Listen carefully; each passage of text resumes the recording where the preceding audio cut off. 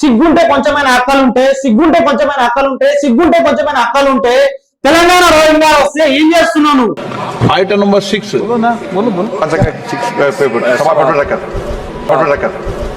ఈ పాస్ అంటే పార్లమెంట్ లో కూర్చోవాలన్నా. Welcome to T10. నేను మీ సుందర్, నాతో పాటు శంకర్ ఉన్నారు. తెలంగాణలో మార్వాడి గోబ్యాక్ అని ఎందుకు అంటున్నారు? ఎందుకు అరెస్టులు జరుగుతున్నాయి? ఎందుకు కేంద్ర మంత్రులు సైతం మాట్లాడుతున్నారు? అసలు దీని చుట్టూ ఏం జరుగుతుంది మాట్లాడదాం ఒకసారి. మరి దీని గురించి ఎవరు ఏం మాట్లాడారు? ఎవరన్నా ముఖ్యులు మాట్లాడిరా? ఐటమ్ నెంబర్ చెప్పి రెండే శంకర్ బండన్న ఓకే.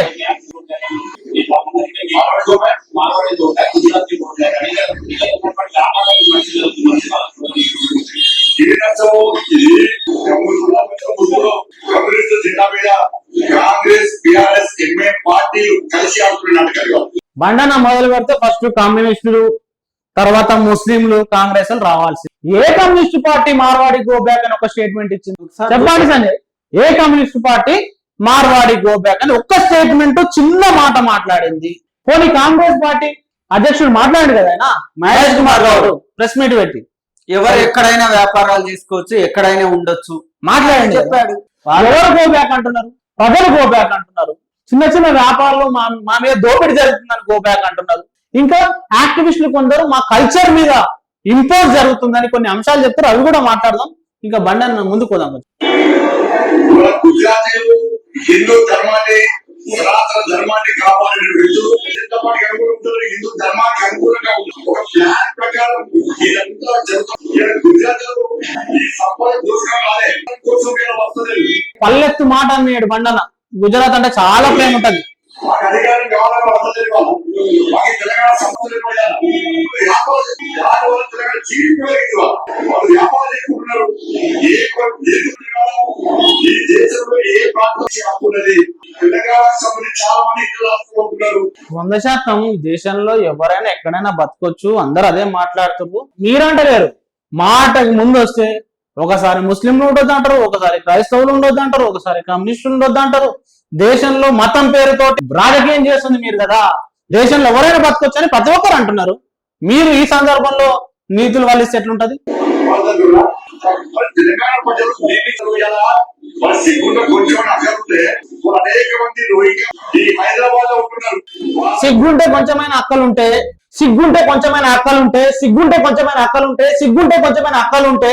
తెలంగాణ రోహింగ్యా వస్తే ఏం చేస్తున్నావు నువ్వెవరు? కరీంనగర్ కార్పొరేట్ అనుకుంటావా?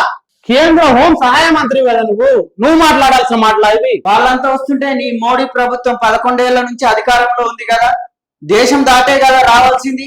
ఏం చేస్తుంది? నిద్రపోతుందా లేకుంటే పార్లమెంట్ లో పట్టుకున్నారా? మాట్లాడమని చెప్పండి. వారి వల్ల తెలంగాణ ముఖ్యంగా హైదరాబాద్ పాత బస్తీ హైదరాబాద్ ఐఎస్ఐ అడ్డాగా మారితే ఏం చేస్తున్నావు బండి సంజయ్? నువ్వేం చేస్తున్నావు? అమిత్ షా ఏం చేస్తున్నాడు? దేశ రక్షణ హోంశాఖ మీ చేతిలో ఉంది కదా, ఏం చేస్తారు? పార్లమెంట్ పడుకుంటున్నారా మీరేమన్నా? లేకపోతే కేబీఆర్ పార్క్ లో ఎండిపోయిన గడ్డ ఏమైనా వీక్తున్నారా?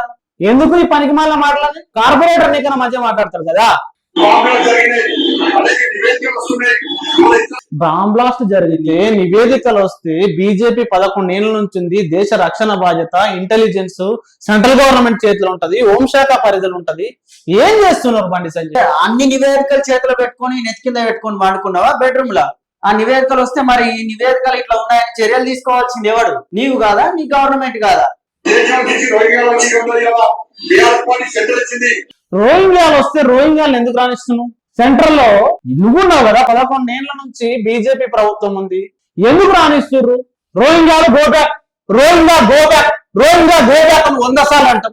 ఎందుకన్నాను అంటే ఇప్పుడు మార్వాడి గోబ్యాక్ అని పబ్లిక్ నుంచి వచ్చిందని రోహింగ్యాలను ముందర పెట్టాలి, ముస్లింలను ముందర పెట్టాలి. ఇష్యూ మాట్లాడి నువ్వు కేంద్ర మంత్రి ఎప్పటికైనా ఇబ్బందులు రావచ్చు తెలంగాణ రాజ్యం. వాళ్ళ గురించి మాట్లాడమని చెప్పండి.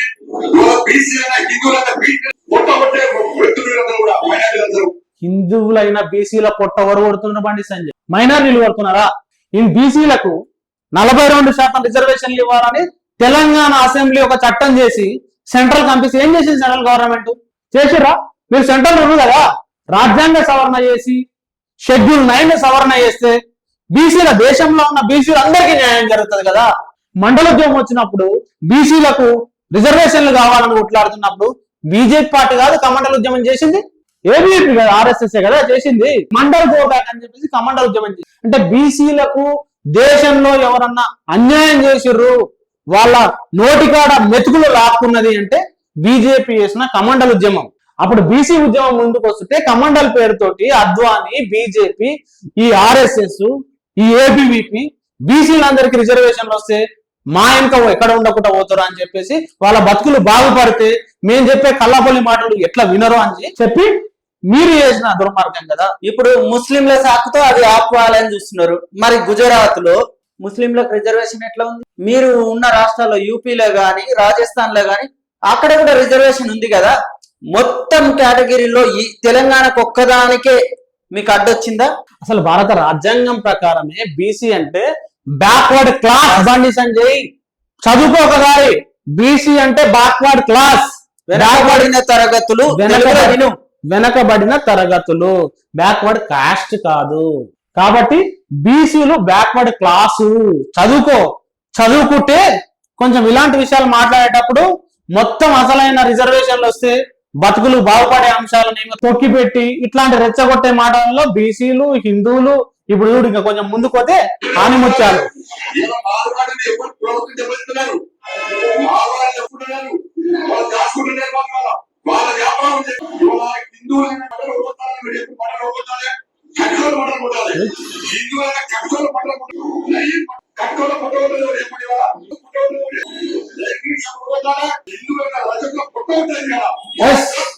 కట్టుకోళ్ళు మటన్ కొట్టాలి, రజకులు బట్టలు ఉతకాలి, మాదిగోళ్ళు చెప్పులు కుట్టాలి, బీసీలు గొల్ల కుర్మలు గొర్రెలు కావాలి, చేపలు పట్టాలి.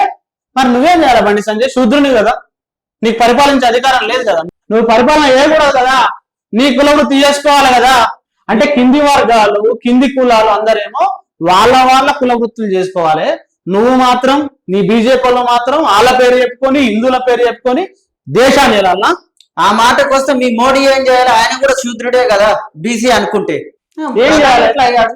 ప్రధానమంత్రి కాకూడదు కదా. మనధర్మ శాస్త్రం ప్రకారం క్షత్రియులో బ్రాహ్మణులో కదా దేశాన్ని ఏలాల్సింది. మరి నువ్వెందుకు వెళ్తున్నావు? నువ్వెట్లా కేంద్ర మంత్రి అయినావు?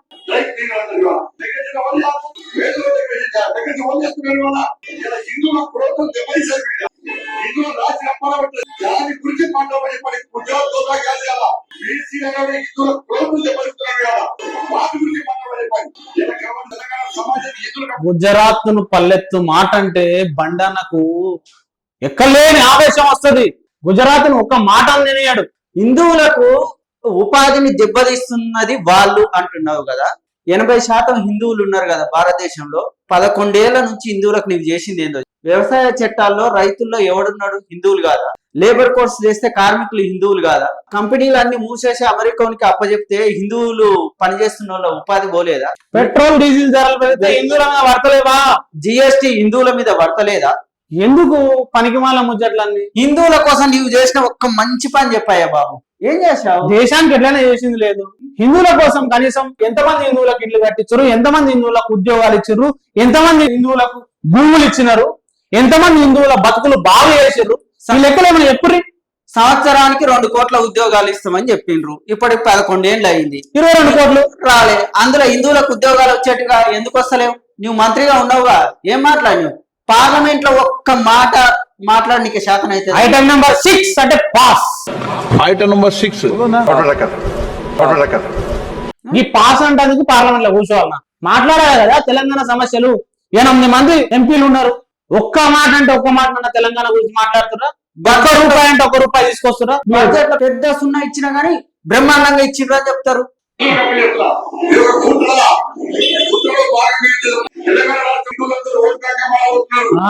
ఇది అసలు ముచ్చట మాట్లాడడం. హిందువులంతా ఓటు బ్యాంక్ గా మాట్లాడబోతున్నారు.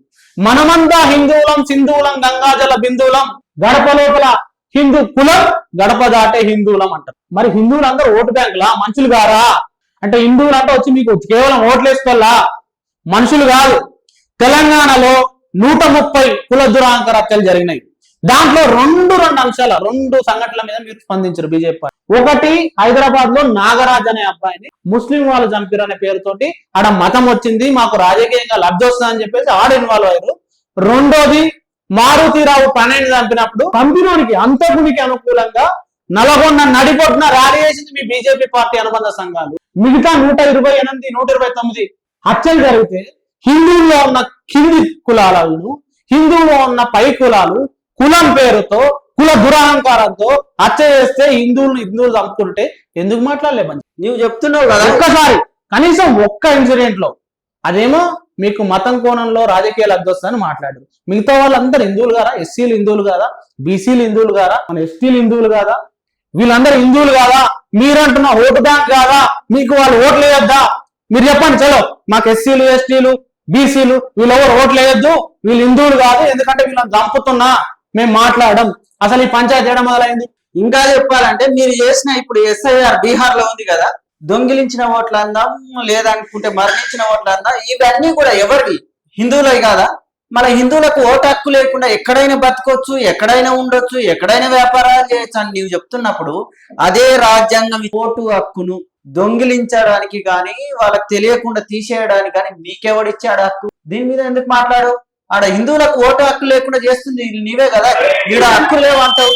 రైట్, చాలా శంకర్ కీలకమైన కామెంట్లు కూడా చేసింది. అసలు ఈ పంచాయతీ ఏడ మొదలైంది గోబ్యాక్ అనేది?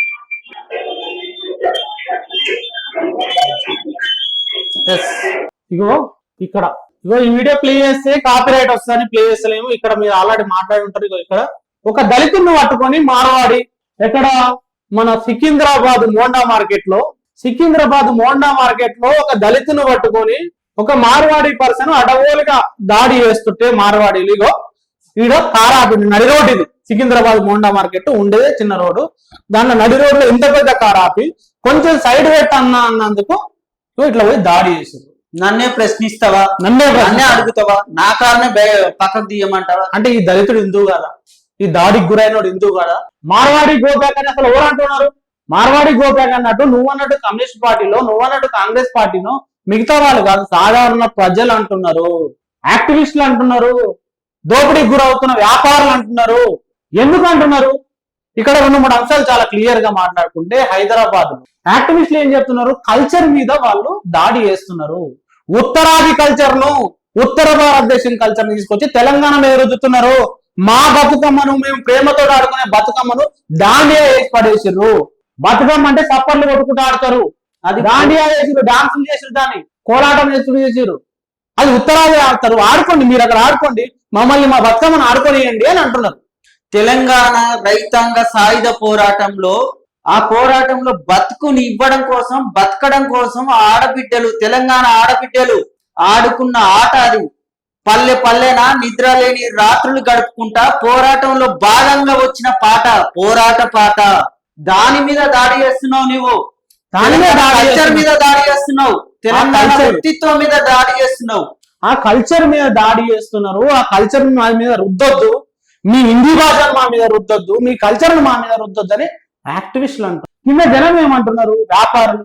ఒక సామెత ఉంటది, బండి పోని ఊరికి కూడా మార్వాడి పోయేస్తున్నాను, పోండి వ్యాపారం చేసి. కానీ ఇక్కడ మాకు అన్యాయం జరుగుతుంది, మా మీద దోపిడీ జరుగుతుంది అని చెప్పేసి చిరు వ్యాపారులు, చిన్న వాళ్ళు మాట్లాడుతున్నారు, ప్రజలు మాట్లాడుతున్నారు. వీళ్ళందరూ ఎందుకు మాట్లాడుతున్నారు? నిజంగా హిందీ రుద్దుతున్నారు. ఇట్లా డామినేషన్, దాడి చేసుడు. ఇంకొక మార్వాడి అంట తెలంగాణ శాఖ ఫోన్ చేసి అడ్డమైన బూతులు ఏడుంటావో చెప్పు. ఇగో ఇదా కల్చర్ అంటే? గోపుత్రి సేన అధ్యక్షుడట. ఇదే నా కల్చర్. మరి వాళ్ళ గురించి ఎందుకు మాట్లాడడం? అవునరా బైక్ దాడి జరిగింది తప్పే, అలాంటి దాడులు జరగొద్దు, అందరు సంయమనం పాటించండి, ఇబ్బందులు ఉండొద్దు అని చెప్పేసి కదా నువ్వు మాట్లాడాలి మంత్రిగా ఉన్నప్పుడు. నువ్వు ఉపాధి అన్నావు కదా, ఈ కల్చర్ వల్ల, ఈ వ్యాపారం వల్ల మన చిన్న చిన్న పల్లెటూర్లలో ఉన్న కిరాణా షాపులు, పాన్ షాపులు, చిన్న చిన్న హోటల్స్, చిన్న చిన్న వాటి అవి కూడా పోయినాయి కదా, అవి హిందువులవే కదా, మరి దాని గురించి ఎందుకు మాట్లాడలే? కాబట్టి ఇక్కడ భారతదేశంలో ఎవరైనా ఎక్కడైనా పోయి బతకొచ్చు, కలిసిమెలిసి బతకాలి, వాళ్ళ కల్చర్ ను గౌరవిస్తూ బతకాలి. భారతదేశంలో విభిన్న కల్చర్లు ఉన్నాయి. గుజరాత్ కో కల్చర్ ఉంటారు, తెలంగాణకు కల్చర్ ఉంటది, తమిళనాడుకు కల్చర్ ఉంటది, కేరళకు కల్చర్ ఉంటది, ఇక్కడ ఒక భాష ఉంటది. భారతదేశంలో 22 అధికార భాషలు ఉన్నాయి. 22 భాషలు ఉన్నాయి, వేల సంస్కృతులు ఉన్నాయి. ఈ కల్చర్ కి సంబంధించి గౌరవించుకుంటూ ఒకరినొకరు అభిమానించుకుంటూ ప్రేమించుకుంటూ బతకాలి. ఇట్లా దాడులు చేస్తాం, కొడతాం, మళ్ళా ముందరకు వచ్చి హిందువులు రోహింగ్యాలు రెచ్చగొట్టి డైవర్ట్ చేసి హిందువులను ఓటు బ్యాంకులుగా వేసుకుంటామని దీని సాక్షిగా మాట్లాడినావు కదా. ఓట్లు తప్ప మనుషులు కదా హిందువులు. కాబట్టి ప్రజలారా, ఈ అంశం మీద ఎందుకు మార్వాడి గో బ్యాక్ అంటున్నారు? అనాలనా అనకూడదా? జరుగుతున్న ఇబ్బందులు ఏంది? నిజంగా రాజ్యాంగం ఇచ్చినట్టు ఎవరైనా ఎక్కడైనా బతకొచ్చు, అందరు కలిసి సహకరించుకుంటూ బతకాలి, ఒకరినొకరు అభివృద్ధి చేసుకుంటూ బతకాలి, ఒకరి వారిని ఒకరు గౌరవించుకుంటూ బతకాలి.